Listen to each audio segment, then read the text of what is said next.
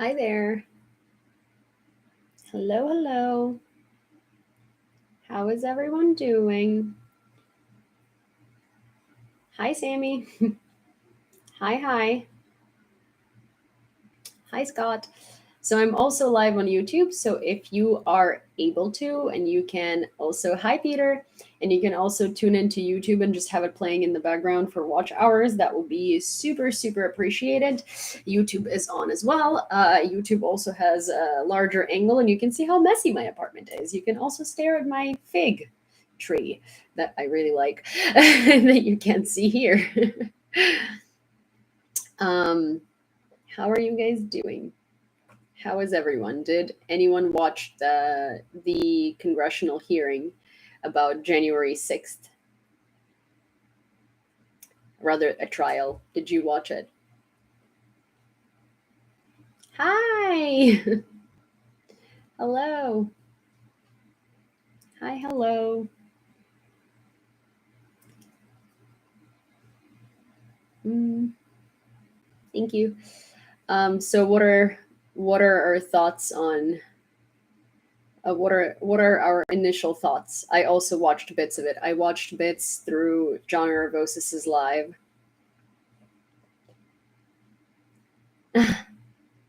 No, I.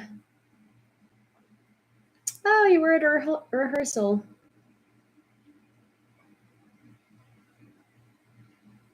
Yeah, that's the thing. I need to watch the entirety of it. I want to hear your thoughts on it. I need to watch it.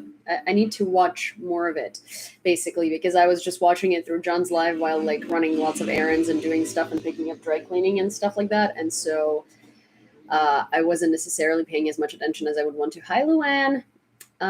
Thank you. So, for all of you who have an ability to do so, my YouTube is up as well, and the stream is up on YouTube. If you like YouTube more, you're welcome to find me there and watch it there. Also, if you can just have it running in the background for watch hours, that will be extremely appreciated. Hi, James. Thank you. So yeah, I want to watch. I want to watch the congressional hearing probably before I go to bed tonight. Because I'm very interested. Congressmen who participated begged for pardon after because they don't like difference of opinions on John's. Well, it's not about difference of opinions. I'm a moderator on John's live as well, and it depends on how you express your difference of opinions. And John's opinions are actually like he's not like straightforwardly Democrat. Neither is he Republican, and he's I think very he is very first of all he is very politically aware. Second of all he works in politics, and second of all I think that his opinions are very fair because he takes them from both sides in a way. And I don't think that saying that there is a difference of opinions and that's why he mutes you is kind of a thing, because you just he's not like biased by any means. He criticizes a lot of democratic decisions and a lot of democratic leaders, if that's what you mean.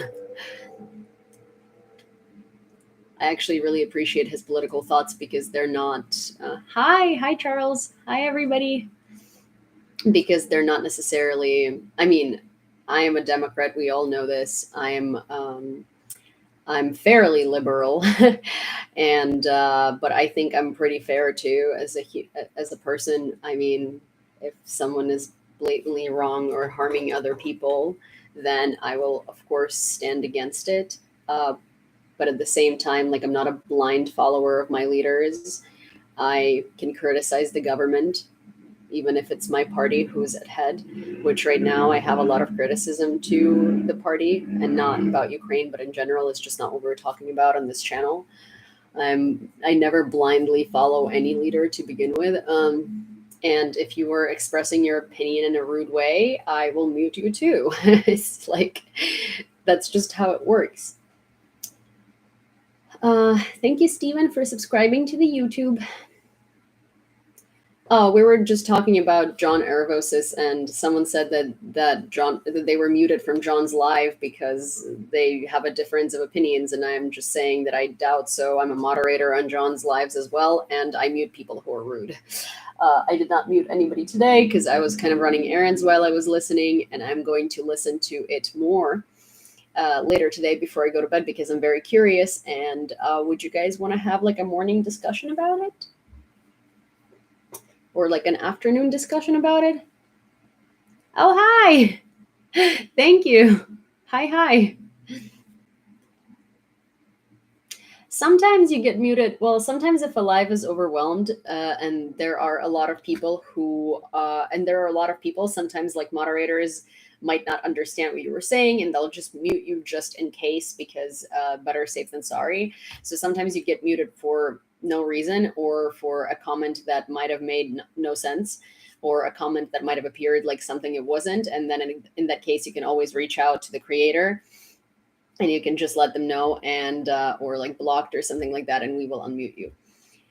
Jessica, hi Jessica. Hi everybody. Hey, we have 188 updates on Ukraine today. So there were less people earlier on the live earlier today because I like kind of popped in to clarify some things. Thank you, Rue. And I wanted to say that I had this idea, and I am curious as to. I'm probably going to run a poll on YouTube again because it's much easier.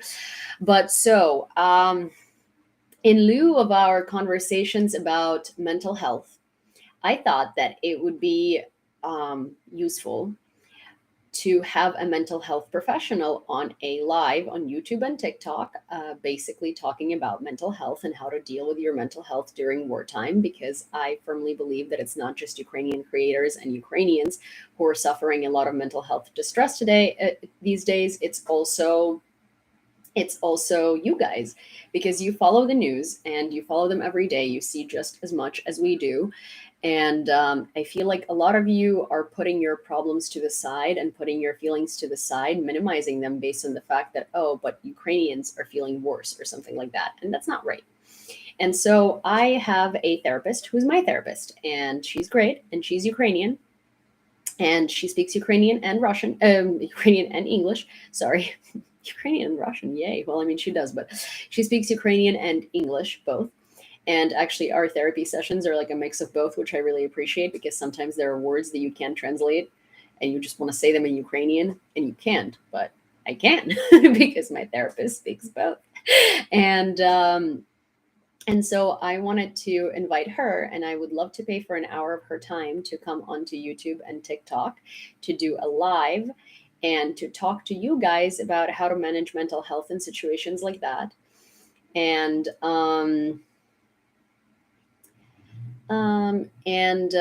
hi Tammy. And basically, I wanted to see if you guys would be interested and if you would think that that's something useful for you. And if you do, then I'll try to organize something for next week. She does seem to be a little bit busy, so it might be not next week necessarily, but I will try to find a time with her.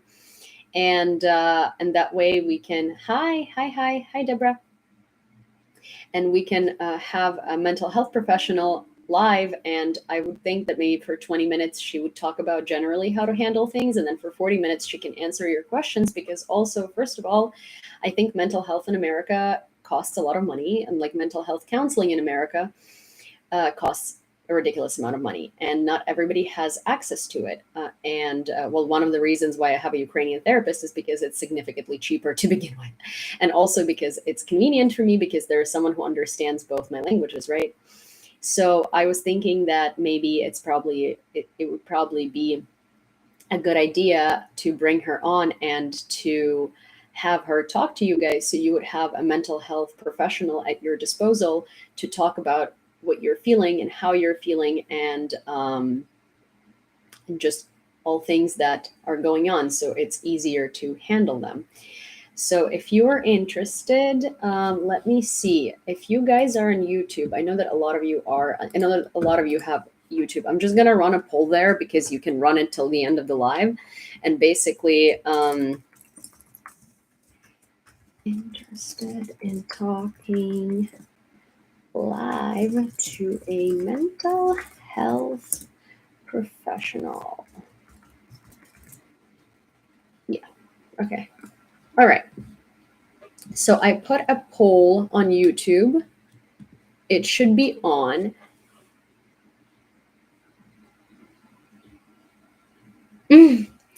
Well, I mean, you shouldn't be worried that a mental health professional would make you feel like you need one. To be fair, like all of us, therapy benefits everyone. And I feel like even if you're okay, it's still good to have a conversation with a mental health professional, because that way, you can just unload, and like it doesn't necessarily have to be about the war. It doesn't necessarily have to be about how you're feeling about the war. It it could be about how you're feeling in general, because again, um because I think it's important. And again, like I've noticed that a lot of you just kind of put your feelings to the side because you're like, oh my god, my problems are nothing, compared to what these people are going through. But like we're not playing a comparison game.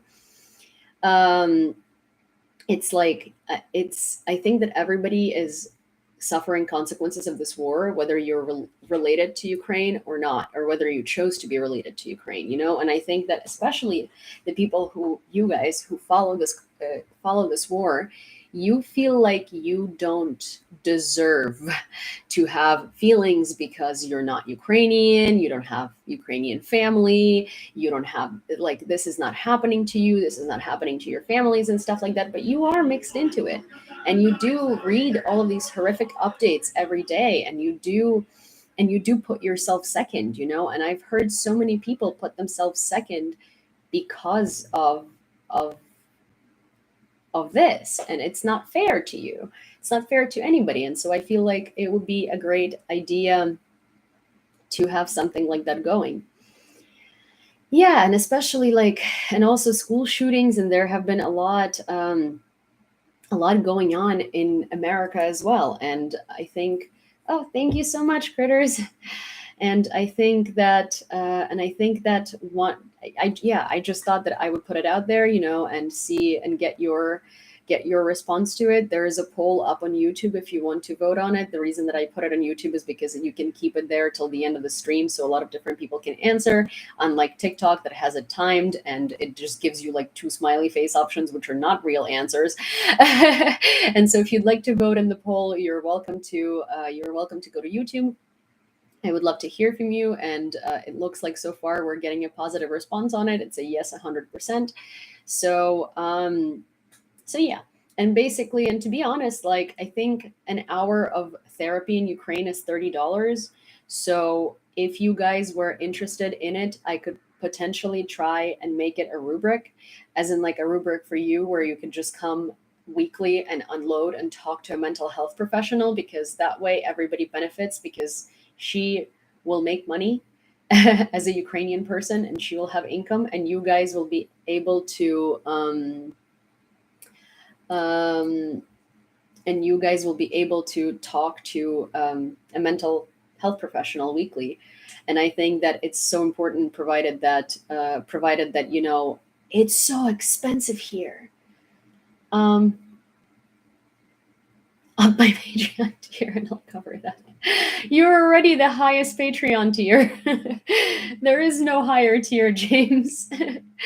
Yes, she speaks English. She speaks both Ukrainian and English. One of the reasons why I really enjoy my therapy sessions with her is because, well, I can speak both languages to her. And sometimes when I'm speaking English, there is like a word in Ukrainian that you can't translate, or like a feeling in Ukrainian that you can't translate, or vice versa. Hi, Ali. And it's really helpful for me personally that she speaks two languages, because I can, like, you know, I feel like I can talk more. It's more beneficial. But at the same time, she is a therapist who has experience with the guilt of wartime and war zone. Um, because, yes, she's from Lviv, and because she's obviously working with a lot of Ukrainians these days, and a lot of Ukrainians are experiencing a lot of guilt, because like, I know a lot of friends from Lviv who feel guilty because they're not injured, because their houses are intact, because they're not on the front lines, because they are they did not lose a family member and stuff like that. And I feel like a lot of you guys are feeling a similar way about your feelings. You feel guilty for feeling a certain way about a certain situation because you compare. And, she's the right professional to talk about that too, because well, she's literally working in that field. Uh, yeah, see, hi Tammy. So basically, Heroyam Slava. So basically, I feel like it would be beneficial, and if it takes off, if you guys are enjoying it, then we could do it weekly or like bi-weekly or something like that. And I feel like that would be a great experience. So is Ukraine politics like America? Well, I'm not sure what you mean by that. Ukraine's politics. Well, yeah, they do. They do therapy. They do a lot of telehealth therapy. We also have an app called Healthy, and that app basically you put in what you think you're feeling or what kind of doctor you need to see, and they find you an appointment. If you need a vaccine, they sign you up for an appointment. If you like need a hospital visit, they find you a hospital. It's basically like ZocDoc on steroids, but like an actually good app that actually provides you with everything you need. Like I can tell you what Halsey does. Halsey is much more interesting. Halsey is much more forward thinking than ZocDoc is, because ZocDoc is kind of like just to book appointments. Halsey is more than that. So you can sign up to donate blood. You can basically check which pharmacy has the medication that you're looking for, and you can book it and then go purchase it at that pharmacy, or you can purchase it online and go pick it up, or you can order it. Like you can basically get like your doctor can write you a prescription through Healthy and just like fill it and stuff like that. And so you can get like all of the medical checkups that you need for like going abroad or vaccinations or anything like that through Healthy. And it's just a very like all comprehensive app that's really cool. And it's also a website as well.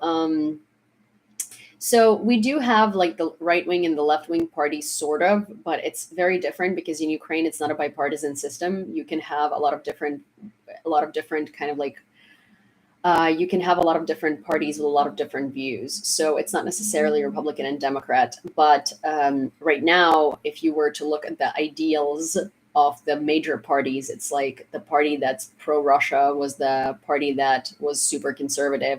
And to them, conservative means like Ukraine and the Soviet Union, relationship with Russia.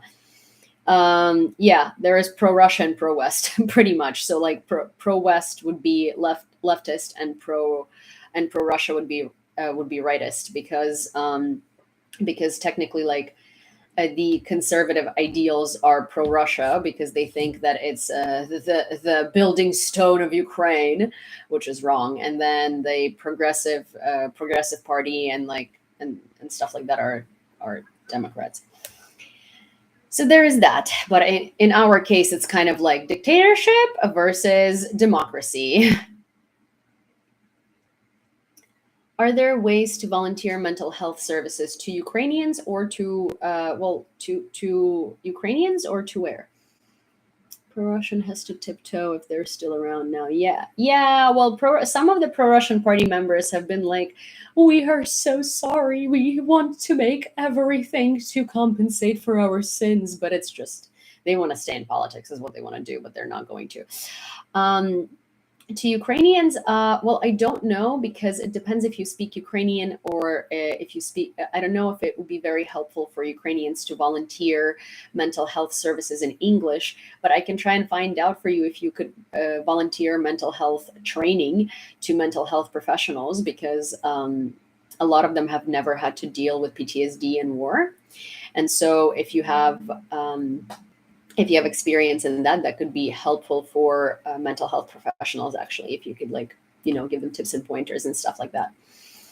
But so yeah, I wanted to tell a story today too, before I jump into news, because something very, very like disturbing and kind of gross happened to me today. And I still kind of don't know how to handle that, because at first I was like, oh, okay, I will just call the place and I will tell them, and then we'll go from there. But then I called the place and I told them, and then their reaction was kind of like accepting, but also worse than I imagined. So there is this burger place. Well, it's like French American bistro, basically, not far away from my neighborhood. And I really like walking around that area. I always take Cindy for walks there. I run errands there. And I was there today. I was just like buying some blush, and basically, like my clean beauty store where I buy my makeup products usually is right next door to that place. And it was almost dinner time, and I was considering going there for dinner. And they have like a bench in front of the beauty place that's kind of like attached to this burger, like French American bistro. They have really good burgers, that's why. And I was sitting on the bench and I was just kind of like listening to John Arvosis's live, and I was like contemplating whether I want to eat food. And there was a waiter outside, and him and another waiter were talking about, oh, привіт, Дніпро, привіт, привіт. Слава Україні, героям слава, привіт, привіт, привіт. And so I was talking, and I was just like overhearing their conversation because they were really loud. And this waiter basically, привіт, this waiter basically was talking to like a customer, and they were like, yeah, like, I mean, when I make this voice, I mean, this is exactly how it sounded. So I'm just giving you a correct interpretation of like what this person was saying and how. And they were like, yeah, no, my friend had a house in Croatia, or no, in Cyprus, but they had to like move because of World War III to Poland. And or like they had to, no, I'm sorry, my friend had a house in the Cyprus, but then they had to move to Poland when World War III started. And I was like, well, to begin with, I was already sitting on that bench and I was listening to devastating news about Ukraine, and I was just like, okay. It took me by shock what this person was saying, right? And I was just kind of like, okay. And then the customer seemed like a little bit uncomfortable, and they were like, and they said something, and the waiter responded like, well, didn't everyone in Europe just move because of World War III? And he was like laughing at it, right? And so I turned to him and I go, hey, I'm sorry. As a Ukrainian person, I'd like to let you know that that joke isn't funny. And he like looks at me and makes this face and goes, and just continues like working on the computer or like whatever, working on like, there's like an outdoor station with like, with tables where you can put in orders and stuff. And so I go, hey, you realize I'm not trying to be mean, but I'm telling you, to you, it's a joke. And to me, my family is in danger and my people are dying because realistically, World War III is only happening on the territory of Ukraine, and it's not funny. And he literally goes, well, I can't do anything about that. And I was like, well, for starters, you can stop making cruel jokes. And he turned around and just left. And this entire like ordeal was done very condescendingly and very like kind of like this was the attitude. And I walked away, and then I was like, no, I this is not okay. So I called the place when I got home, and I was like, hi, could I please speak to your manager, because I just wanted to bring something to your attention. And so the manager picks up the phone, and he goes, yeah, so what happened, right? And I'm explaining the situation to him, and basically he was like, oh, I'm sorry, not that it's an excuse, but a lot of our employees are very, very young, and so they just don't understand. I'm sorry, what? Did you just say, I'm sorry, my employees are young and dumb? It's not an excuse, but I'm using it as an excuse. And I was like, okay, well, sure, you need to talk to your employees so this doesn't happen in the future. And I said, look, I wasn't a customer when it happened, but I've been a customer multiple times. I liked your like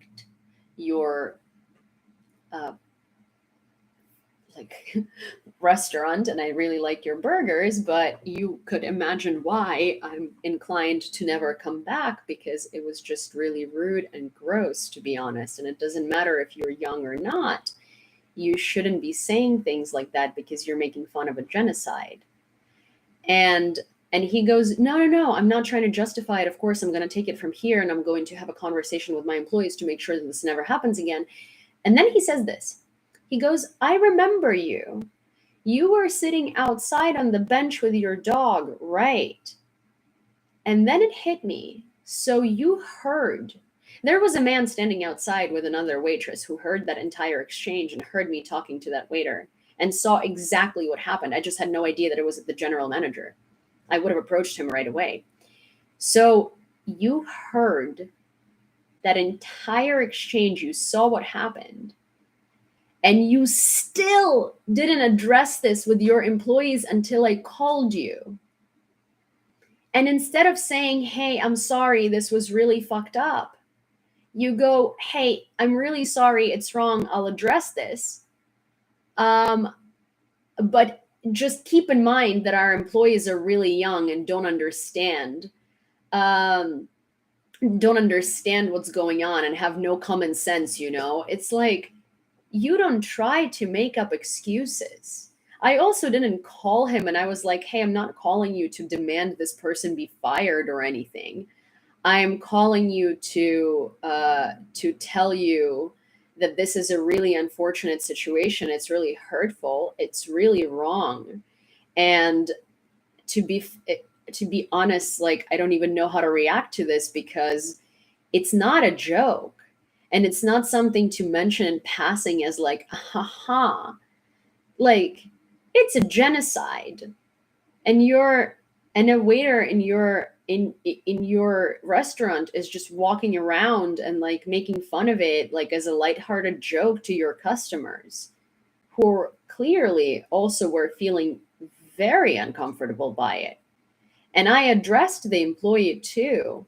And the way that they handled it was absolutely ridiculous because in that situation, what you should have done was you shouldn't have given me attitude. You should not have not listened to me or been like, or told me there is nothing I can do about that.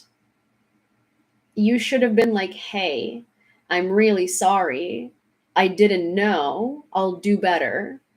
It's not funny and I'm sorry that it hurt you. Or I'm sorry that I said that.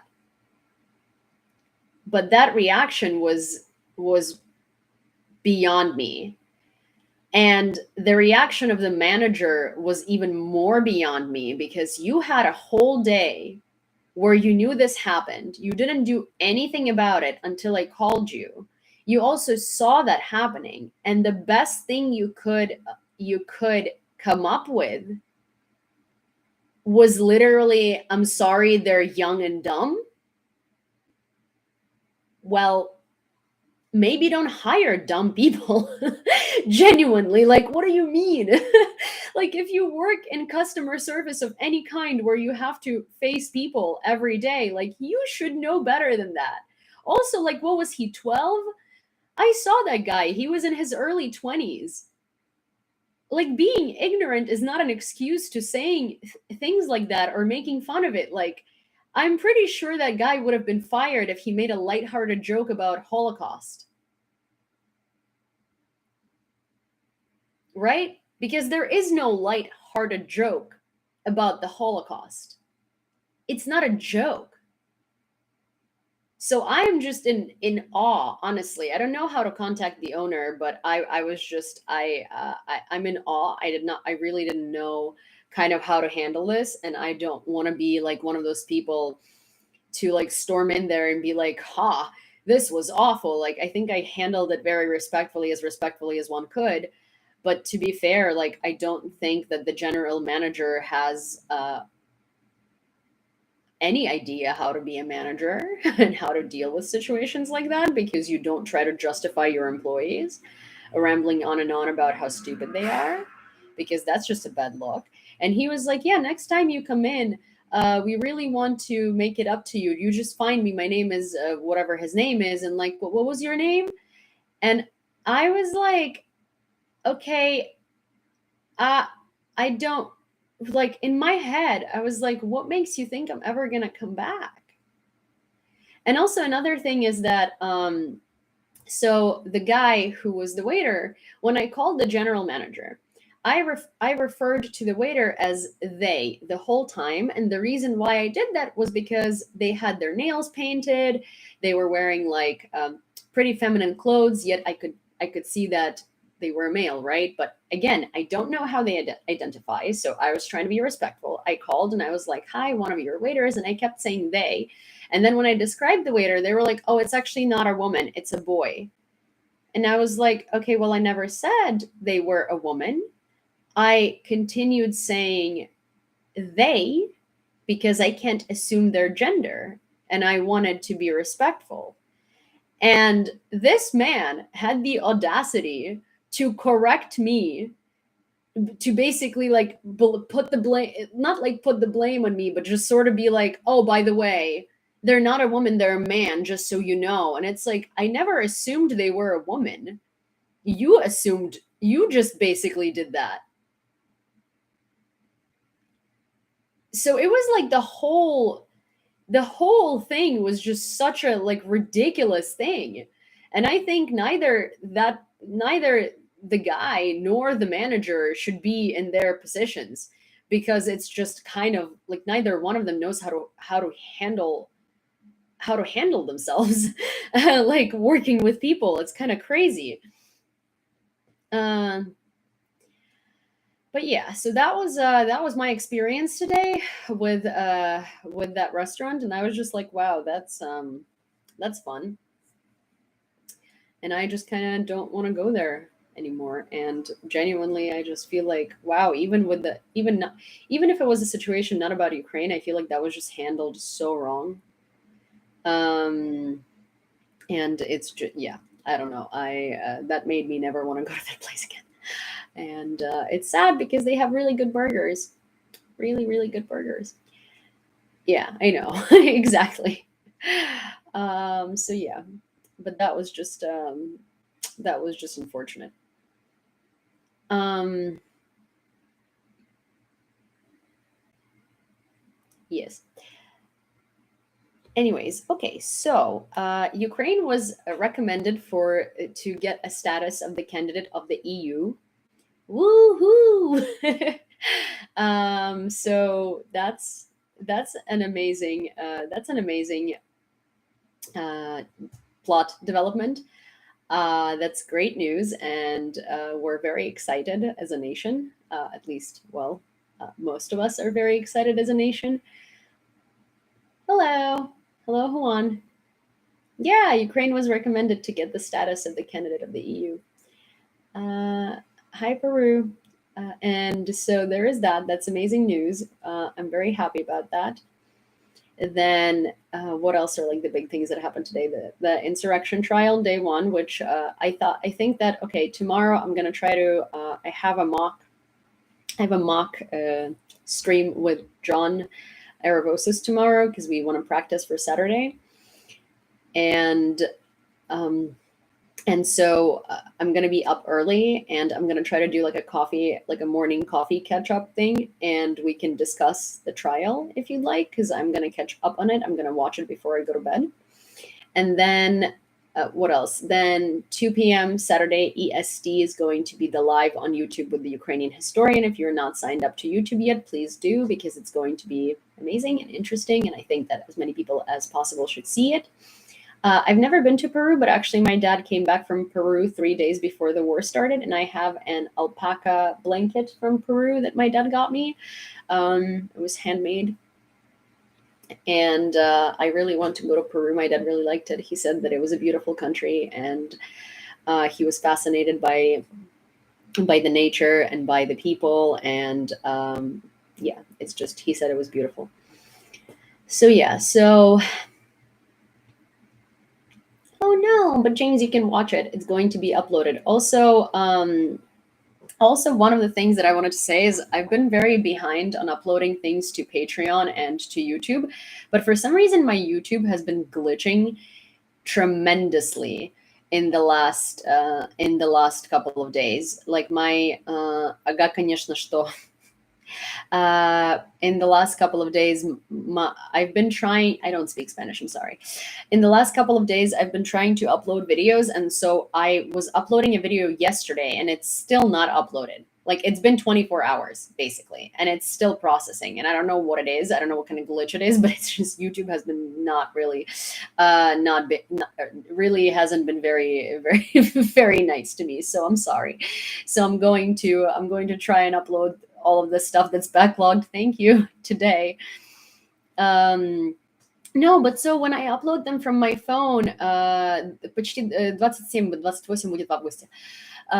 When I try to upload my videos to my through my phone, they usually take like under 10 minutes. Honestly, if I try to like upload them through my iMac, it just takes ages. And it's been on my phone, and it's literally been uploading for 24 hours. It's so crazy. Hi. So yeah, so it's kind of weird, but I'll try to catch up on that. Then I will try to figure out when we can do this stream with the therapist. And again, yeah, if you guys will enjoy it, then we will try to do that more often. And yeah, and she's pretty affordable, so I think everybody should have access to affordable healthcare, especially during this time. And if I can organize mental health care, I will, because I think that is so extremely important. So yeah. And let's dive into 188 updates. Oh, also, oh my gosh, I don't know, some of you guys don't follow me on Instagram, but basically on my Amazon wish list, I had this yellow collar and the blue leash for City that were like one of the like, oh, I want it. It would be nice. And so two of you got, well, one of you got me the leash and one of you got me the collar. You know who you are. Thank you so much. And got City. And City, City, it makes me so happy. I know it's such a small thing. О, привіт! Це дуже круто, привіт! Я в Нью-Йорку живу. But this is Cindy and her little leash and her little collar. And I think it's so, I don't know. I know it's like a little thing, and I know it doesn't mean anything, and I know it's just oh, you should see how model she is.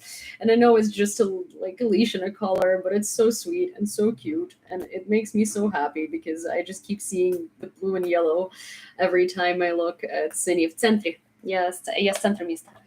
And look at this face. Look at this face. Look at this face.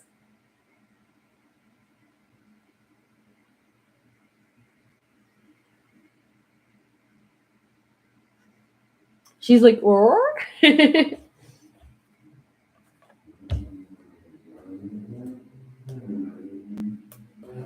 Look at this face. Look at this face. Yeah, Cindy is such a model. I know. I need a Frenchie. We all need a Frenchie. Cindy is like a cat dog. Yeah, Cindy's on Instagram. Yeah, Cindy actually has her own Instagram, but I haven't posted there for like months, and I don't think I remember the login to it either. But you know, it is what it is. Oh yeah. Я живу в Америке 11 лет, я разговариваю на английском с 4 лет. So yeah, it's one of my native languages. Okay, so let's dive into updates, and thank you for the leash and the collar, because it's very sweet, and I really like that, and it looks really good on Cindy. And I gave in and I purchased Cindy the third AirTag, so now the case is going to be filled tomorrow or Saturday, and we'll see if the third time is the charm, because her first AirTag is in a sewage. Her second AirTag has been literally stolen, and it's in Far Rockaway, and I keep pinging it because whoever took it can't use it, but you know, they're not responding to my pings. So let's hope that the fate of this AirTag is going to be much better. Hi. Доброе утро. So yeah, let's hope that it's not going to suffer the same consequences as the rest of them. Okay. Russian forces begin withdrawing troops from positions in Zaporizhia region. Glory to the case. It's not about the case. It's like the case itself. So both the times, it was like the first time Cindy was playing with a dog, and they were playing like pretty aggressively. So the dog took off the AirTag off of her collar with the case, and it fell into a sewage. And then the second time, I don't know what happened, but both like the case and the AirTag. But this one is like a better quality case because it's not like a $2 Amazon thing. It was $8. So hopefully this is gonna be, like this is much nicer. And that's just,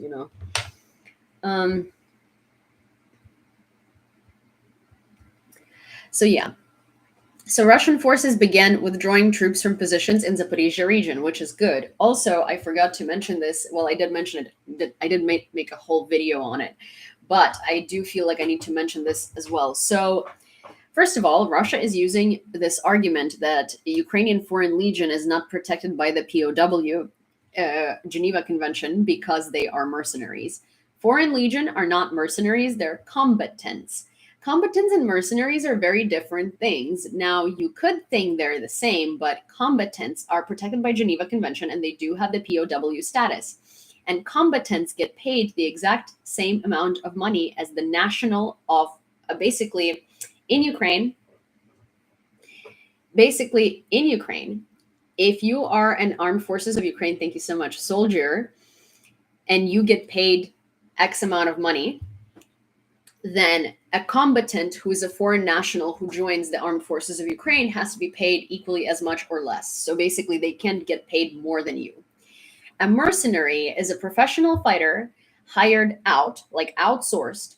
They're literally professional military, and you hire them, and they do it for personal gain, not as a volunteer. Oh, you don't have to block me from your FYP. I can just block you. Don't worry. Goodbye. Seriously, no problem. I've never been so happy to block somebody. Bye bye. Like, you don't have to ask twice. Um,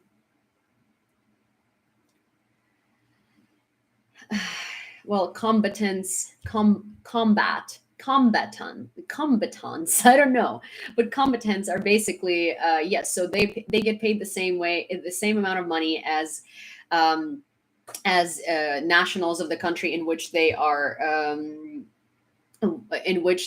serving, and their purpose is basically to have the same rights as the citizens of the country. Okay, combatants. Okay, combatants. Combatants. So combatants basically are equal to the nationals of that country in the armed forces, and their contracts and their rights and the way that they're hired are established by the said country. In Ukraine, basically, if you are a foreign national and you join the armed forces of Ukraine, you have a 3-year contract, and after the 3-year contract, you are eligible for a Ukrainian citizenship.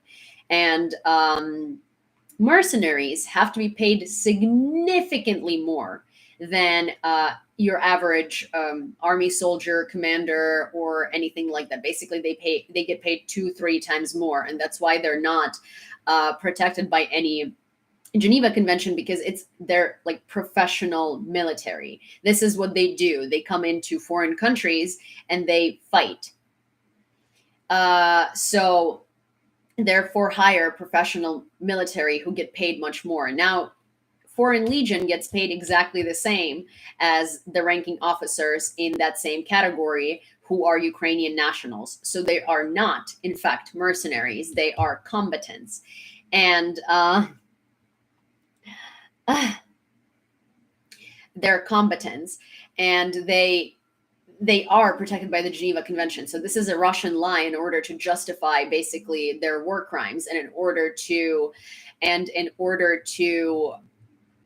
blackmail, in this case, the United Kingdom into saving these three, well, 2 men, because the other one is Moroccan. But here is what's happening. No, I don't speak Portuguese, but my husband does. But basically, what was I saying?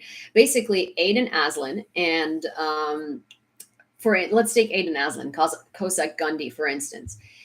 He was sentenced to death along with 2 other people. One other soldier is One other soldier is from the UK as well, and the other one is a Moroccan national. And so they're being called mercenaries, and they were sentenced in a farce slash just bullshit trial under the DPR laws. And DPR is not a real republic, it's an occupied by Russian forces territory of Ukraine. And they don't have a constitution, they don't have anything, so they don't have governance, to be fair. So this trial is a farce, okay? And right after they sentenced them to death, they said that there is a moratorium that could technically abolish their death penalty, right, very quickly, which is them saying, hi, UK, come and negotiate the sanctions with Russia and we'll give you these guys back. So it's a terrorist tactic because they're blackmailing the UK with human life. It's a major war crime. But on top of the war crime already, that they're protected by the Geneva Convention. So there are so many war crimes happening within that entire situation, it's hard to count. But the thing is that I think there should be more awareness about it, because we all are talking about Ukrainian soldiers from Azovstal, and we are all talking about Ukrainian suffering and stuff like that. But these guys are no less Ukrainian than any other Ukrainian soldier. They have dedicated their lives to helping Ukraine and to fighting for our country. And Aidan, for instance, has been with the armed forces of Ukraine since 2017. His wife's Ukrainian. He bought a house in Ukraine. He was going to get a Ukrainian citizenship. He wanted to stay there. He wanted to build a life there. I don't know about Sean, and I don't know about Brahim. I think Brahim also wanted a Ukrainian citizenship, and that was one of the reasons why he signed up for the armed forces. But yeah, I think that we need to raise more awareness. And Boris Johnson right now is in a very crappy position. And I don't like Boris Johnson, but I think it's a very difficult position because on the one hand, you can't give in to Russia. You can't give Russia what they want and give in to blackmail, right? But on the other hand, you also have to save those lives. So what does he do? An SAS is like, ASA is like, SAS. An ASA is quite a drastic move because everybody's talking about it, right? And they have to be incognito. Why don't you like Boris? Well, because Boris is only good for Ukraine, but he's a horrible leader for England, for the UK. He's a horrible politician in context of the UK. And nobody in the UK likes him, and for good reason. He's horrible, and he's done so much wrong to them, it's not even funny. But he's been great for Ukraine, so a lot of Ukrainians love him, right? But I can't, like, I'm very appreciative of everything he has done for Ukraine, and he genuinely has done more than any other politician, probably, because he just like doesn't care. He's just like, you need this, okay, cool, I'll give it to you. But at the same time, Brexit, COVID, there are a lot of things to not like Boris Johnson for. And I am, that's the thing. I appreciate his help to Ukraine. I'm never going to minimize that. But I do understand that at the end of the day, he's prime minister of not Ukraine. And it mostly counts how he's treating his country and his people, and he's not treating them well. Anyways. Yeah, literally. Like, it looks like there is static on it. Yeah, of course he has motives. He also has like a Churchill complex. But anyways, Ukrainian military are fighting back the Russians in Severodonetsk. They're holding back the assault. The fighting continues. According to Haidai, the situation is also difficult in Lysychansk. It is dangerous there, even in the central districts. In one of the central streets yesterday, a local resident was unalived after artillery shelling. A shopping center in Kharkiv was bombed at night within the city limits.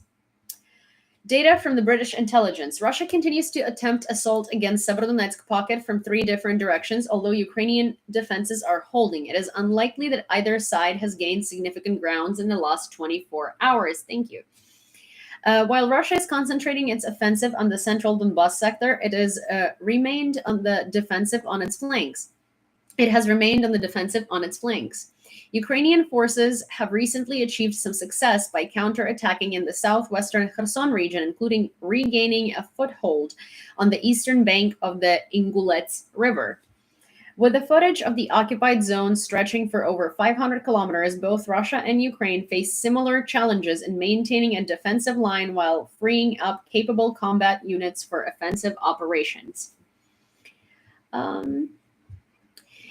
In the occupied Kherson region, Russia is forcibly aligning its administration with that of the Russian Federation by introducing the Russian ruble as legal tender and employing Russian teachers to introduce the Russian curriculum and language to schools. Russia will highly likely claim its occupation of Kherson as evidence of delivering improved governance and living standards to the Ukrainian people. What improved standards? The kids are going to schools that don't have windows in them. What improved standards? Please tell me. Also, I just realized something. 1 second. Sorry. 1 second. Boom. Okay.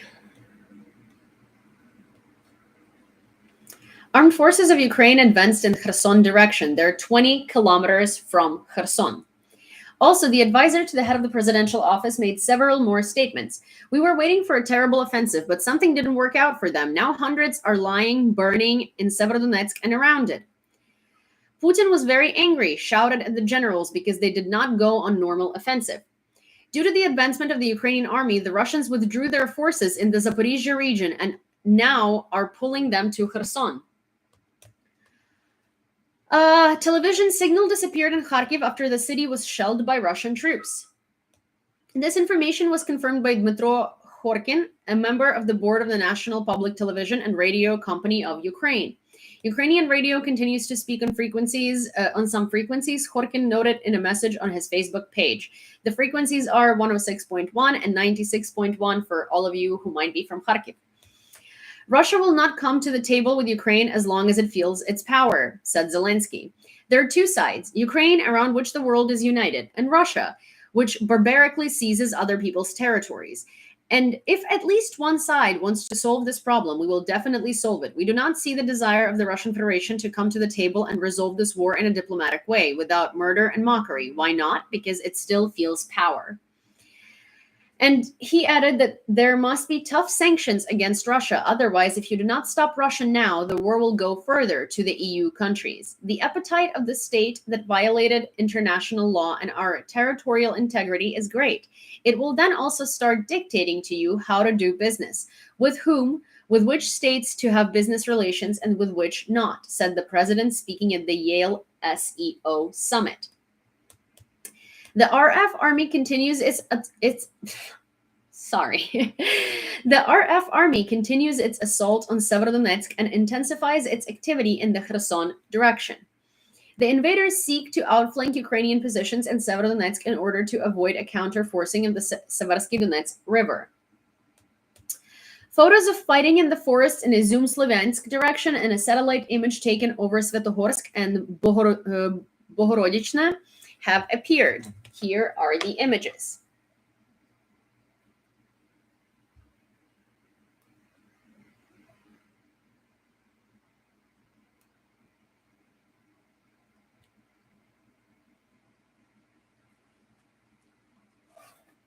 Operational summary of the General Staff of the AFU on the morning of June 9th. According to the General Staff, the personnel of the 15th Independent Motorized Rifle Brigade of the 2nd Combined Arms Army of the Central Military District suffered significant losses in combat operations in Ukraine. Approximately 800 servicemen were unalived and about 400 wounded.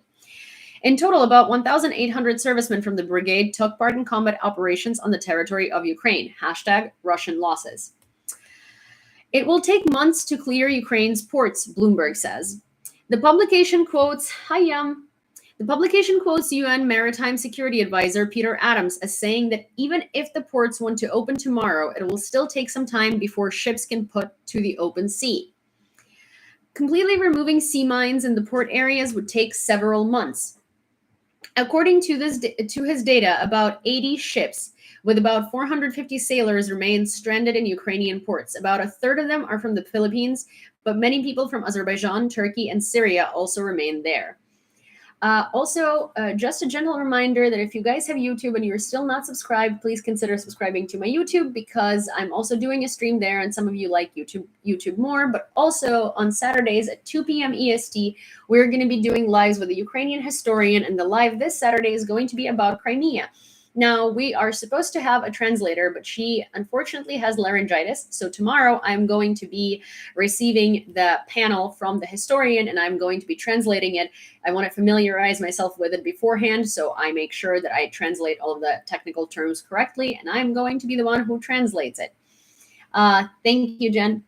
And so basically, if you can also watch the YouTube live in the background, it would be highly appreciated for watch hours, because that way, I don't know, YouTube for some reason does not consider creators humans unless we have 4,000 watch hours and 1,000 subscribers. Until then, I can't change my handle from youtube.com slash to youtube.com slash Julia to easily find me. I do really appreciate all of you guys who are watching the stream right now. Thank you so much for subscribing. I really do appreciate it. And if you can just run it in the background, that will be super helpful as well. Thank you so much. So it will take months to clear Ukraine's ports. The publication quotes UN Maritime Security Advisor Peter Adams as saying that even if the ports want to open tomorrow, it will still take some time before ships can go out to the open sea. Completely removing sea mines in the port areas would take several months. According to his data, about 80 ships with about 450 sailors remain stranded in Ukrainian ports. About a third of them are from the Philippines, but many people from Azerbaijan, Turkey, and Syria also remain there. As a result of nighttime enemy shelling in Kharkiv, 2 people were unalived and 4 more were wounded. Kharkiv Region State Emergency Services.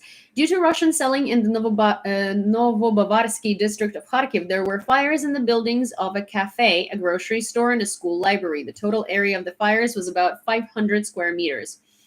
Preliminary, 2 people were unalived and 4 more people were injured. Final information is being determined.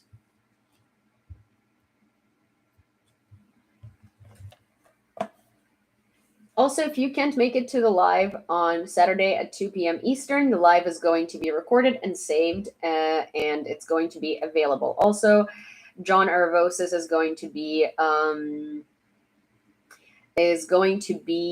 a co-host for it, and we're going to be doing this live mutually. So hopefully you guys enjoy it.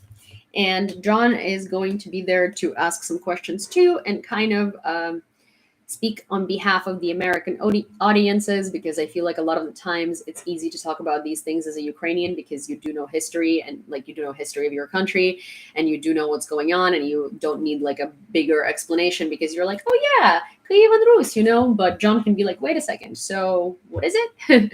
How did it form? Okay. The invaders shelled the territory of the ammonia production workshop at Severodonetsk. Thank you so much, Glenn. At Severodonetsk Azot, main from the head of the Luhansk army, Serhiy Haidai. In an attempt to find weakness in the defense of Severodonetsk, the Russians are shelling peaceful neighborhoods and industrial facilities in Luhansk. Thank you so much. Invaders hit Azot twice. At least 2 shops were damaged, one of them producing ammonia. At least 4 people were unalived in the area, 2 men and 2 women. At least 6 people were injured, including the girl whose mother was unalived. The Russian army fired mortars, artillery, and MLRS at Severodonetsk and over 10 settlements near. The invaders carried out an airstrike and an unsuccessful assault on Toshkivka. In the direction of Katarynivka, Ukrainian soldiers inflicted losses on the enemy. The enemy withdrew. The Russians carried out missile and airstrikes against Verkhnekamenka and Zolota. There were 10 houses damaged in Gorna, 8 in Orikhovo, and 4 in Lysychansk. In Preluke, when did she move to Turkey? Recently, because of the invasion, or? It's going to be on the every Saturday at 2 p.m. Eastern Standard Time for at least five consecutive Saturdays. 263 children were unalived as a result of the armed aggression of the Russian Federation in Ukraine. Another 488 were wounded. In total, as of the morning of June 9th, more than 751 children were injured in Ukraine as a result of the full-scale armed aggression of the Russian Federation. Speech by the President of Ukraine, Volodymyr Zelensky, at the Time 100 Gala. And this is the speech. It's 11 minutes long. For YouTube, you're going to be just listening to it. And for, it's in Ukrainian. Okay. See, this is the problem, that I need you to be able to see the subtitles. So let me do this a little. Let me try and figure out how to be inventive here so you can still see the subtitles. Also, okay, guys, as in moderators, my iPad is going to be facing the screen. So if you want to write something in the chat, maybe don't right now because everybody is going to see it. Is it still not going to? How do I? Oh my gosh. Mirror. Yes, I know to mirror, but I also need to, before I even mirror, I need to figure out how to make this so that it reaches YouTube. You don't see it on YouTube, right? You guys can't read the subtitles, or can you? Are you okay? On YouTube, do you see what the subtitles say?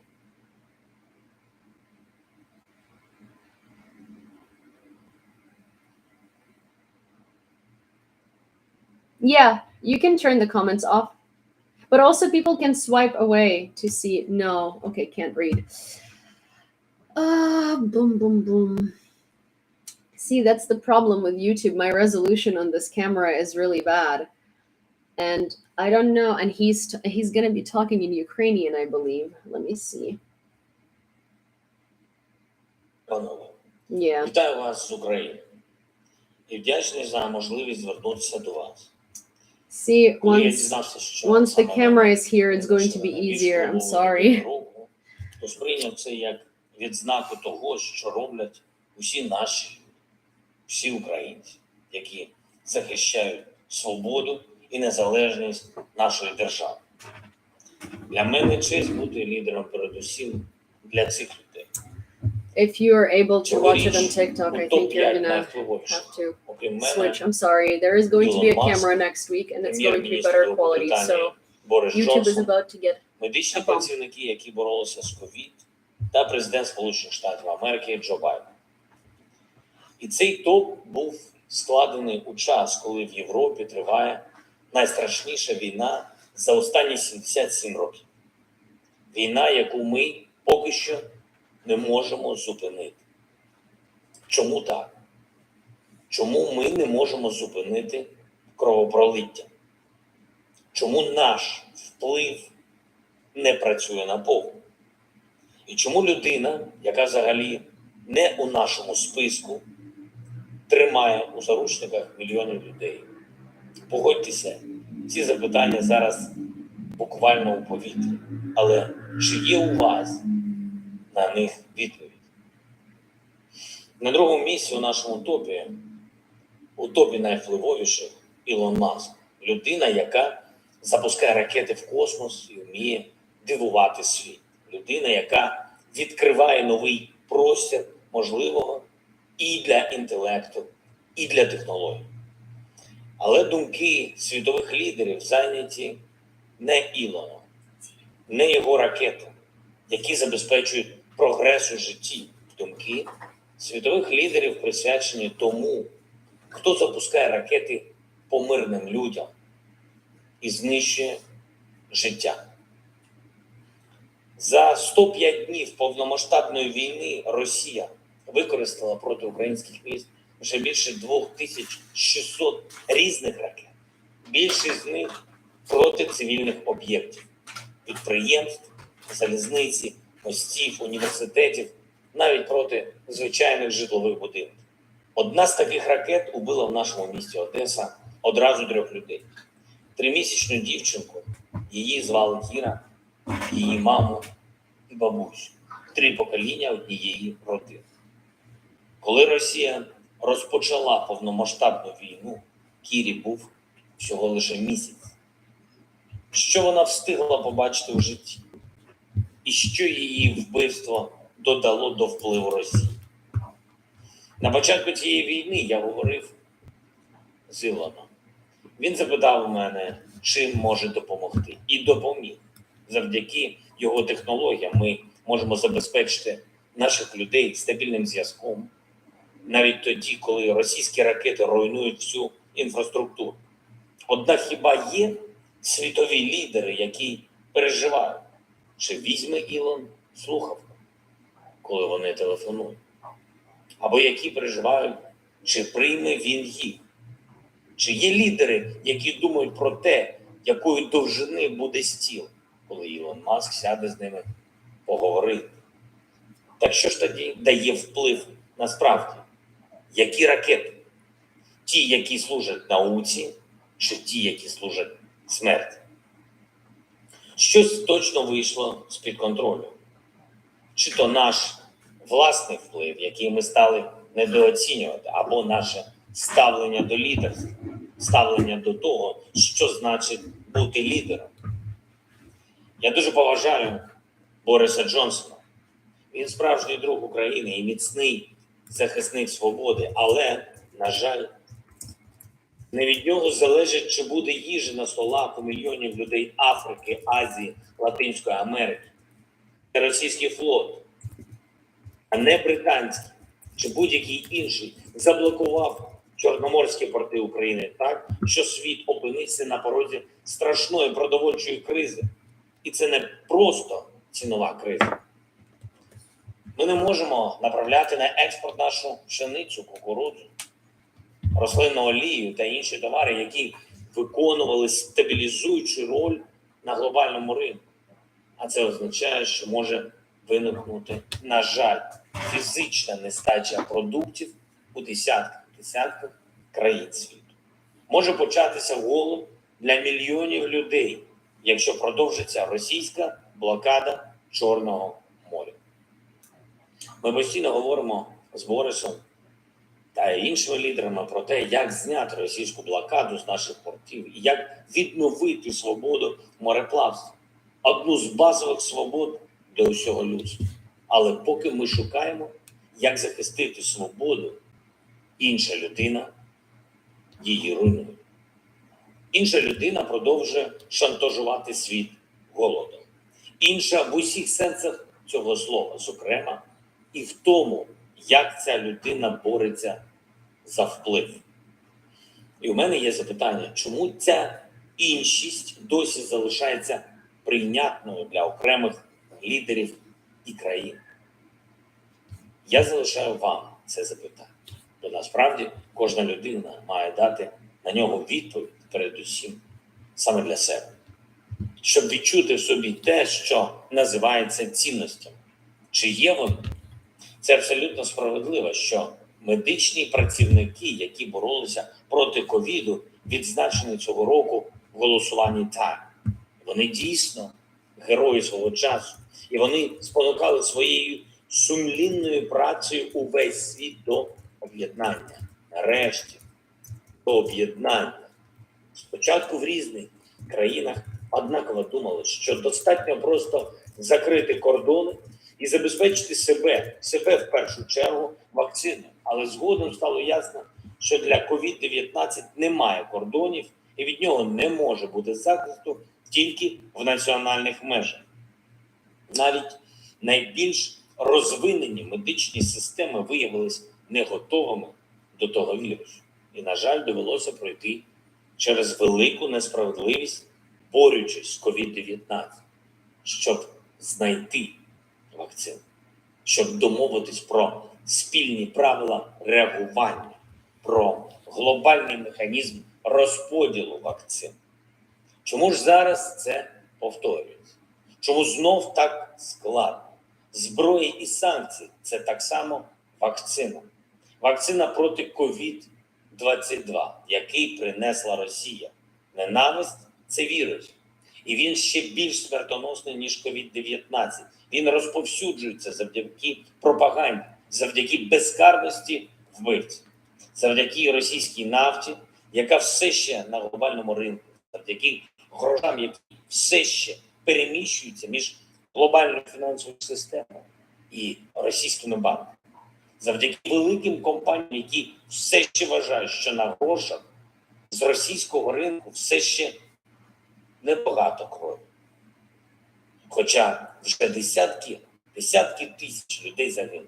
Мільйони змушені були залишити свій дім через війну. Коли ненависть постукає у ваш дім, чи будете ви готові? Хіба якась маска на обличчі зможе захистити вас від російського COVID-22? І чому вакцину проти нього, зброю і санкції, так складно отримати в достатньому обсязі? Чому для деяких країн COVID-22 так само нібито немає, як для конспірологів нібито не було COVID-19? Чому деяких людей не вчать навіть кров і смерть? Я вдячний президенту Байдену за те, що він об'єднав вільний світ, коли постала російська загроза. Сьогодні маємо різні інструменти для реагування. Це оборонна підтримка для України, фінанси, політична координація між багатьма країнами. Це також і ленд-ліз, який повертає сенс боротьби за свободу, який був актуальним під час Другої світової. Бо загроза зараз аналогічного масштабу. Проте війна Росії проти України досі продовжується. І прямо зараз, у хвилини, коли ви чуєте моє звернення, на полі бою гинуть українські військові. Російська армія обстрілює наші міста з артилерії і з авіації. В списку дітей, убитих російськими ударами за час від 24 лютого, вже більше 260 прізвищ. І коли цьому буде край? Коли? Насправді це ключове запитання. Але чому на нього досі немає відповіді? Чому нашого впливу не вистачає для цього? Хіба ми боягузи? Ні. Може, ми щось упускаємо у нашій справжній силі? Може, ми не користуємось усім потенціалом нашого впливу і нашого лідерства? І це моє запитання до Сполучених Штатів. І до партій, до суспільства, до демократів, і до республіканців, до Конгресу і до президента. Настав час бути впливовими на 100%. Ми можемо забезпечити поразку тиранії. Дійсно, всі ми, всі лідери нашого часу. Ми можемо надійно захистити свободу. Ми можемо зупинити шантаж, до якого вдається людина, якій взагалі не місце у нашому списку. Якщо ми це можемо, значить ми повинні це зробити, бо вплив зобов'язує. Дякую за увагу. Слава Україні!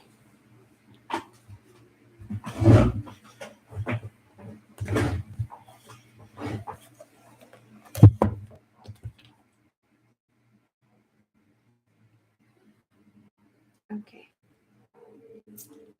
That was a pretty powerful speech by Zelensky, as per usual. What did you guys think of it?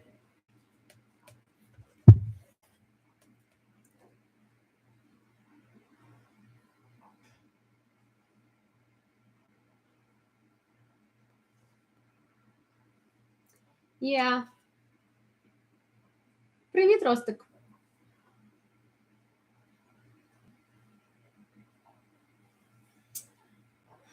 I tuned in too late. I came in late, but from what I saw, it was great. Yeah. Zelensky's speeches are normally very good. Is it on YouTube? It should be. It's a speech by Zelensky at the Time 100 Gala. Here is a great speech excerpt by the Polish president Andrzej Duda. Did someone say Adolf Hitler needs to save face? Duda says talks with Putin are useless.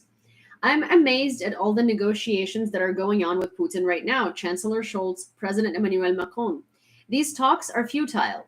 What are they doing? They are only legitimizing the individual responsible for the crimes committed by the Russian army in Ukraine. He's responsible for it. He made the decision to send troops there. The commanders are accountable to him. Vladimir Putin. Did someone talk to Adolf Hitler like that during World War II? Did someone say that Adolf needed to save face? That we should act in a way that was not humiliating to Adolf Hitler? I have not heard that, said Polish President Andrzej Duda in an interview with Bild.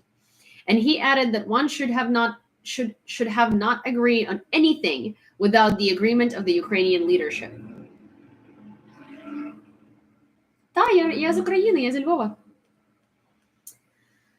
Mariupol Chronicles of the Occupied City. A local resident filmed mountains of garbage in the city. No one is in a hurry to clean it up. This is what a walk down any street in the area of the city looks like, specifies Petro Andrushenko, advisor to the mayor of Mariupol. He also said that the invaders finally switched to the practice of demolishing houses and refusing to search for the bodies of the dead under the rubble. Together with the garbage, the dead will be buried in the left bank landfill.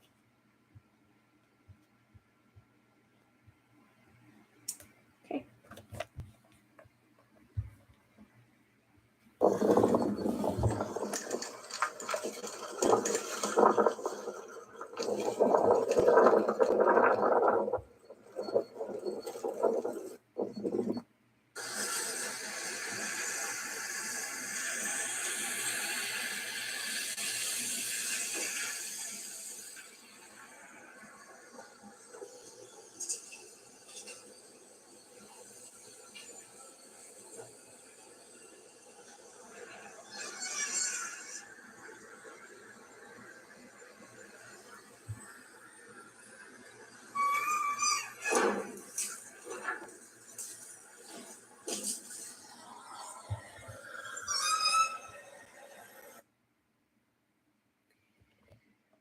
Military optics factory burns down in Russia. Yesterday near Moscow, a warehouse at Zagorsk optical and mechanical plant where military optics for the Russian army from binoculars to scopes was on fire. Preliminary, the warehouse premises were on fire. Losses of the combat losses of the Russian army as of the morning of June 9th equal to 31,700. Also, thank you, Julie.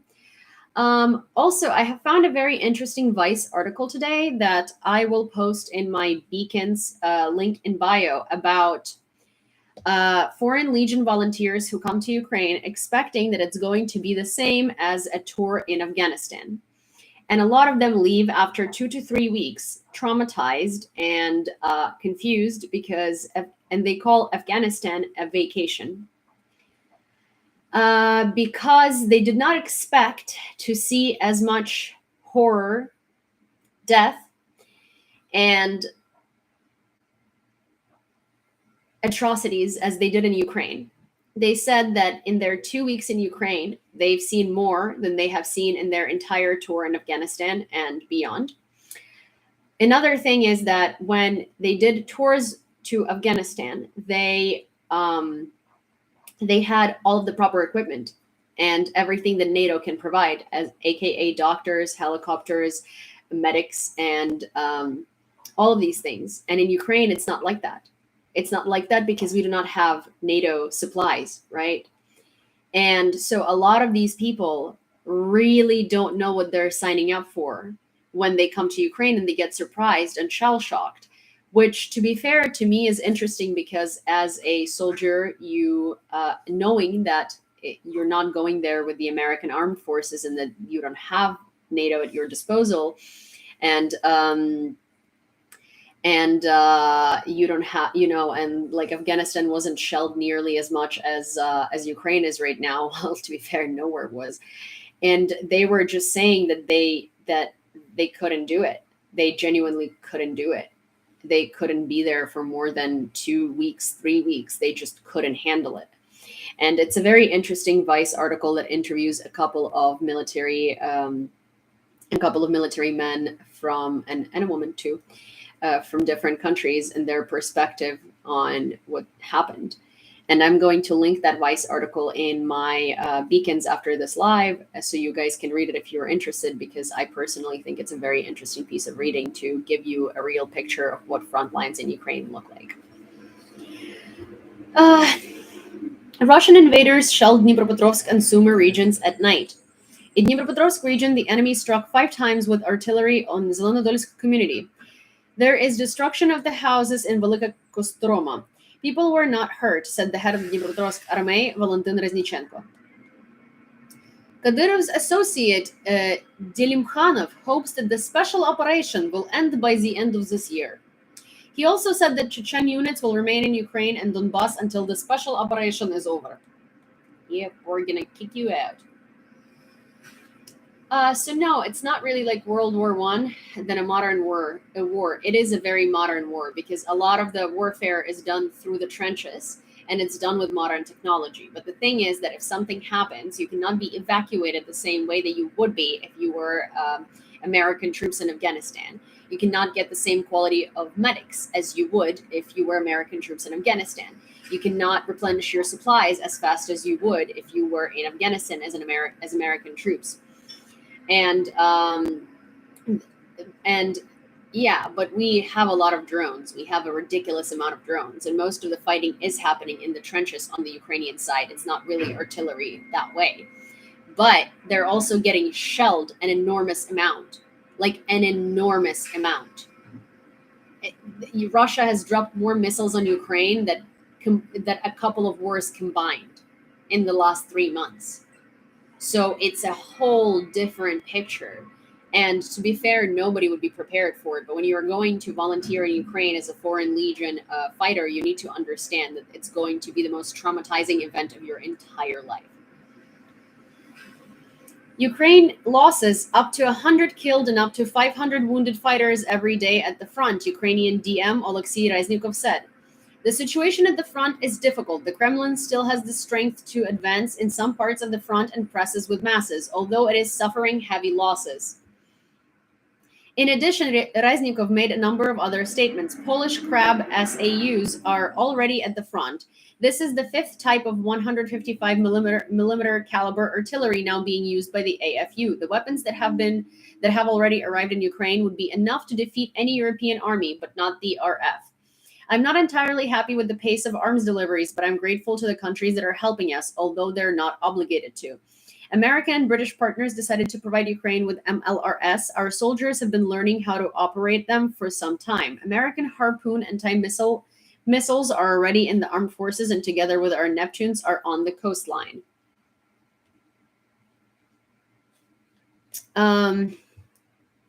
Fighting continues in the Severodonetsk pocket, but in the last 48 hours, Russia's eastern group of forces have also likely increased their efforts to advance to the south of Izum. Russia's progress on the Izum axis had remained stalled since April after Ukrainian forces made good use of the terrain to slow Russia's advances. Russia has likely attempted to reconstitute EGF after they suffered very heavy casualties in the failed advance on Kyiv, but its units likely remain under strength. Russia likely seeks to regain momentum in this area in order to put further pressure on Severodonetsk and to give it the option of advancing deeper in Donetsk Oblast.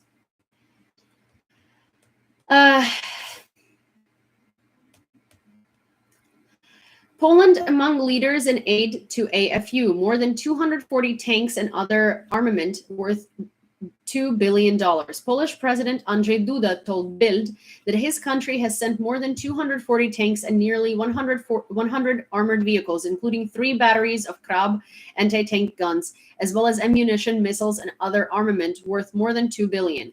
This is a huge expense, but we understand the need. We appeal to everyone. If anyone has the ability to send artillery, for example, these weapons are necessary to stop the Russian invasion, the Polish president said. Recall the Polish defense industry will actually work for Ukraine. Days signed a contract for Poland to provide for the needs of the AFU more than 50 long-range 155 mm SAU Krab from the factory.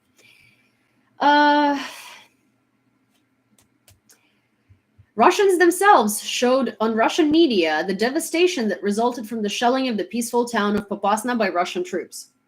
And then you say, not all Russians, they see exactly what's going on and they don't care. The issue of granting Ukraine the status of an EU candidate country will be discussed on June 17th. The discussion will take place in preparation for the EU summit on June 23rd and 24th. A participant in the operation with the call sign Flint told the war zone about the details of providing air assistance to Azovstal defenders. Defenders of the Azovstal plant in Mariupol have been under siege by Russian troops for a long time. They lacked ammunition, food, and medicine, and the number of seriously injured was growing daily. Under such conditions, the main intelligence directorate of the Ministry of Defense of Ukraine prepared a plan to provide assistance to Azovstal defenders using helicopters, which American journalists described as daring and very risky. The importance of the first flight was that many people looked at this operation as impossible, so we wanted to show other pilots in the military that it is possible, a representative of the Ukrainian Defense Ministry with the call sign Flint told the war zone. So basically, all participants in the military operation were fully aware that they are basically flying to their death. All of them, every single one, has completed their mission and delivered what they needed to, but most of them did not come back.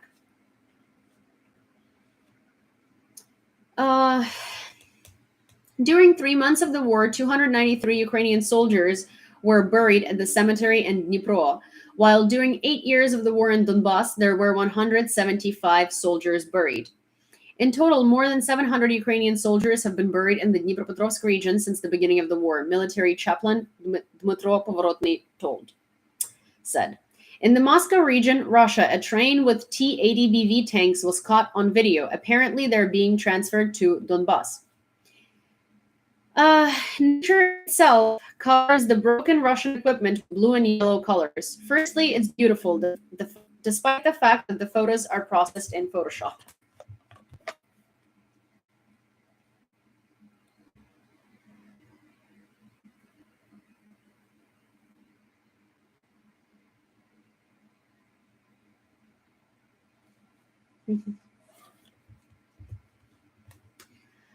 Volodymyr Zelensky published a selection of photos. The war continues, but we resisted a powerful attack. We protect our territory, and we're going to make it one of the greatest military successes in Europe. We will win this war.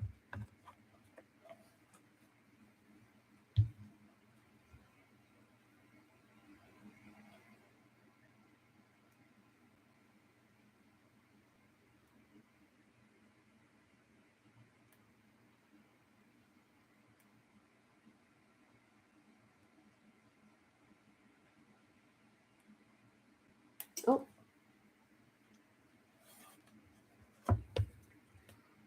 The so-called Supreme Court of the so-called DNR issued a death sentence to foreign fighters who fought on the side of Ukraine, according to Russian media. We are talking about the British Aidan and Sean Pinner, as well as the Moroccan Sadoun Brahim. Привіт, я також з України, я зі Львова і я також в Нью-Йорку. Ukrainian soldiers steadfastly endure the constant shelling of enemy artillery. An armed forces of Ukraine officer posted a video directly from the trench where he dug an additional niche in the wall to reduce the likelihood of fragments hitting. The warrior ironically calls his shelter a one-room apartment. For 45 seconds of filming, 6 shells flew into the trench area.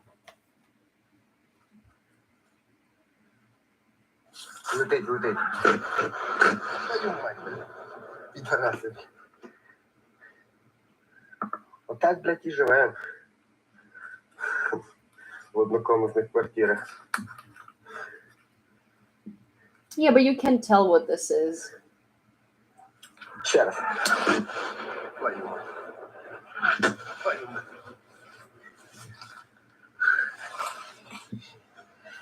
You get that. You get the point. The founder and first commander of the Azov regiment, Andriy Beletsky, published a video from the front line where combat medics saved the lives of Azov fighters who fell under artillery fire while capturing enemy positions. Doctors constantly ask the wounded not to move off and threaten to beat the soldiers if they die. The dark humor of military medics culminates in a joke at that a soldier who was wounded in the groin area had his testicles shot off. It may seem that rescuing the wounded is not a very inspiring business, but look at the relationship between the fighters at critical moments. Brothers support each other. Joke. This is the Azov Ukrainian spirit, Beletsky emphasized. Well, we don't really support Beletsky because he's a very questionable character with very questionable background, but I guess it was nice of him. In Lithuania, they reacted to the scandalous bill of the State Duma of the Russian Federation, in which they proposed to cancel the recognition of the independence of the Republic of Lithuania. Oh, another farce news for today. Russia said that Lithuania's separation from Russia after the fall of Soviet Union was illegitimate, and they belonged to Russia. And that was after Lithuania has proclaimed Russia a terrorist state and has raised millions of dollars to get Ukraine a Bayraktar. According to the Delphi edition, Lithuanian Foreign Minister Gabrielis Landsbergis noted that Russia in politics as well as in war acts not according to human standards. The initiative of the Russian Federation, in his opinion, reminds the country of the need to defend itself. At the same time, the press service of the president of Lithuania called such an initiative in the State Duma of the Russian Federation absurd and refrained from commenting. We will not comment on absurdity. And the Lithuanian deputy called the idea of the Russian Federation a manifestation of desperation.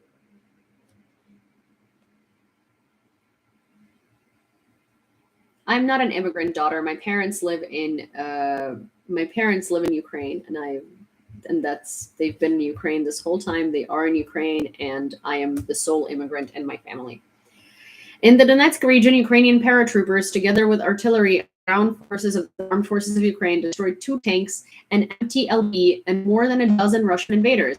The enemy tried to hit the flank of the Ukrainian units. Having detected the advance of the enemy tanks in time, intelligence transmitted the coordinates to the artillerymen, who promptly covered the enemy armored groups. The battle was short-lived but effective. Ukrainian soldiers destroyed 2 tanks and MTLB of the Russians. The rest of the tank crews retreated in panic, refusing to take further action. On the same day, artillery units destroyed the building where the invaders had set up firing positions. Over the Romny district of the Sumy region, the aircraft of the armed forces of Ukraine shot down an enemy cruise missile.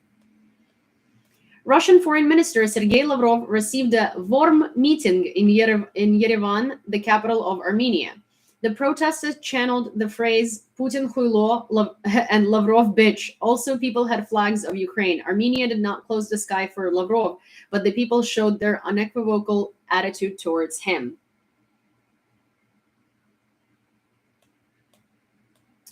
My pronunciation of Ukrainian cities is pretty correct.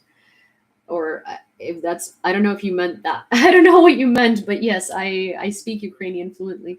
I was born and raised there. According to Klitschko, deputies of the Kyiv City Council deprived Minsk of the status of Kyiv's sister city.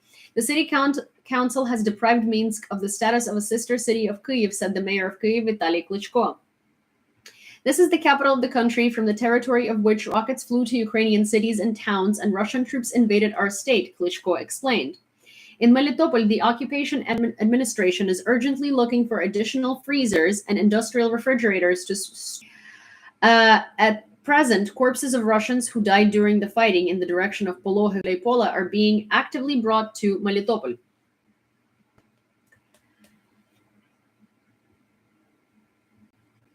What Yandex Maps removed state borders on the world map. The Russian company decided to make it physical and geographical with an emphasis on natural objects. At the same time, the names of the countries remained, as well as cities and roads. Notably, Kaliningrad is not marked as a Russian territory.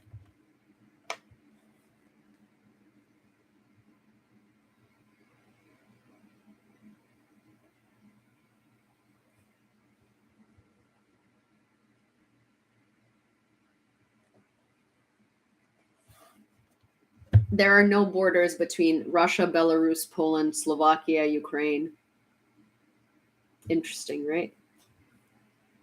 Latvia, Lithuania. Yeah, they're crazy. Ukrainians will now be able to choose the design of the new post stamp "Good Evening, We're from Ukraine" in Dia app. Ooh, help me choose because I can vote. Alrighty. There are 5 options available: ceramic rooster, tractor pulling a tank, geese in the field with the military, Putin who's stopped by the armed forces, warrior from Kalush. Okay.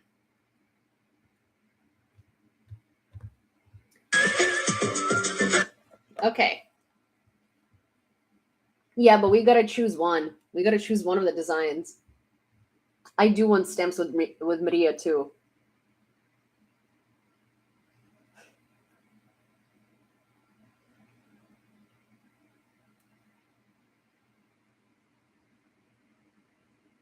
This one's kind of cool too, to be fair. I like that one as well.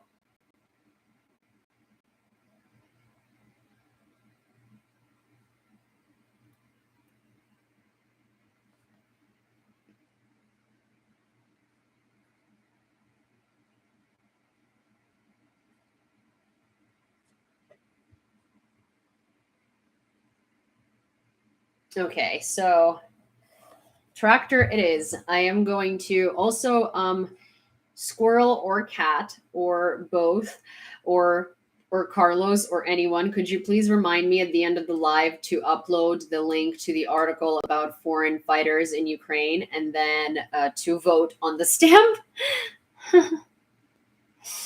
Привіт, привіт, привіт. Okay, I got it. We're voting for tractor. I got it. I got it. We're all voting for tractor. I got it. President of Ukraine Volodymyr Zelensky will be invited to the meeting of NATO heads of state and government. Zelensky signed a decree imposing sanctions against Putin. In addition to Putin, Ukrainian sanctions included Press Secretary of the President of the Russian Federation, Dmitry Peskov, Russian Prime Minister Mikhail Mishustin, and his deputies, Russian Defense Minister Sergei Shoigu, Minister of Foreign Affairs of the Russian Federation Sergei Lavrov, our favorite, Secretary of the Security Council of the Russian Federation Nikolai Patrushev, Minister of Internal Affairs of the Russian Federation Vladimir Kolokoltsev. In total, there are 35 people on the new sanctions list. Why the war in Ukraine threatens global food security. The following chart, based on data from the Food and Agriculture Organization of the United Nations, shows Ukraine and Russia are major producers of wheat, barley, and maize, accounting for an average combined share of 27, 23, and 15% of global exports between 2016 and 2020, respectively. Even the World Food Program itself gets 50% of its grain supplies from the Ukraine-Russia area and is now facing dramatic cost increases in its efforts to combat food emergencies around the world. Well, thanks to Parasha. Так, я з України, я зі Львова, народилась і виросла у Львові.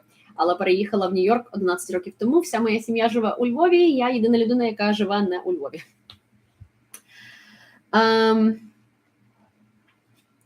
The water level in Seversky Donetsk has fallen, so the invaders may try to set the crossing again. The invaders began to issue pensions from the Russian Federation in occupied Mariupol. The advisor to the mayor of Mariupol, Petro Andrushenko noted that according to the Russian Federation, about 47,000 pensioners are registered in the city, but about 10,000 more of them did not submit a document to get the alms of the invaders.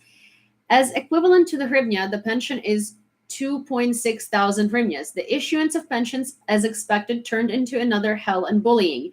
The queue is scheduled till the end of the month, but again, it does not save from rudeness in the battle for survival. Meanwhile, Mariupol residents continue to live in basements due to houses completely being destroyed by Russian jet artillery, and food in Mariupol is cooked on campfires in the yards. According to Andrushenko, there are now at least 100,000 Ukrainians in the city who are forced to fight for their lives every minute.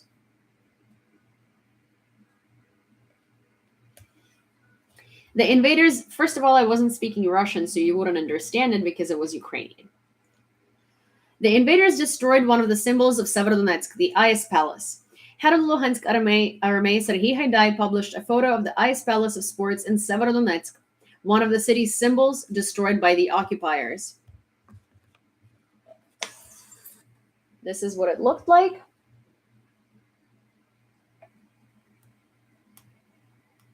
This is what it looks like now. Well, because you said that, wow, your Russian is bad after I had just spent time speaking Ukrainian, and I'm harsh because as Ukrainians, we have to battle that consistently. And everybody always tells us that we speak Russian. Everybody always tells us that it's the same language. It is not the same language, and so I react sometimes harshly because it is basically trauma. Daily losses of Ukrainian troops in the war with Russia range from 100 to 200 people, Podolyak, an interview with NewsHour BBC World Service. According to him, one of the main reasons for the large losses is the lack of parity between Ukrainian and Russian military capabilities. He said that Ukraine needs hundreds, not handfuls, of the most powerful artillery systems that the West can provide. Oh, cool. Ja jestem z Lwowa, to ja rozumiem po polsku. Ja rozmawiam po polsku I ja rozumiem po polsku. Bakhmut through the eyes of documentarians that destroyed school is another war crime to the Russian army.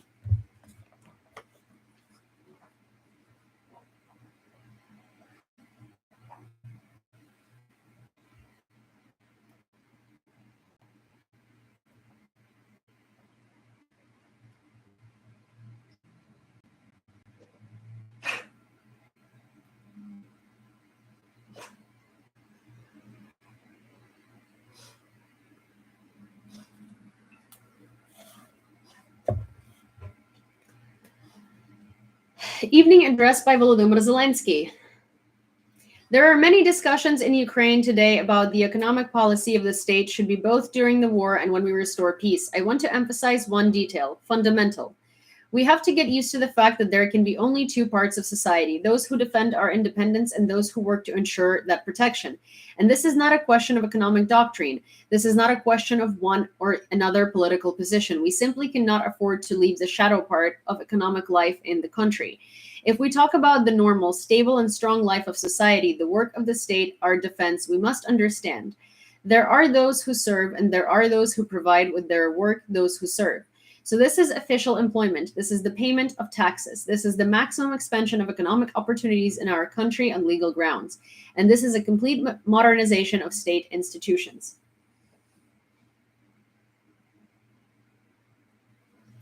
The Netherlands and Denmark oppose granting Ukraine EU candidate status, with reference to European officials. Also today, Deputy Prime Minister for European and Euro-Atlantic integration, Olga Stefanishyna, said about the de facto 3 European states that do not support granting Ukraine such a status. It is possible that the third of them is Hungary. Of course it is. But that's weird because I read today that basically most of them agreed.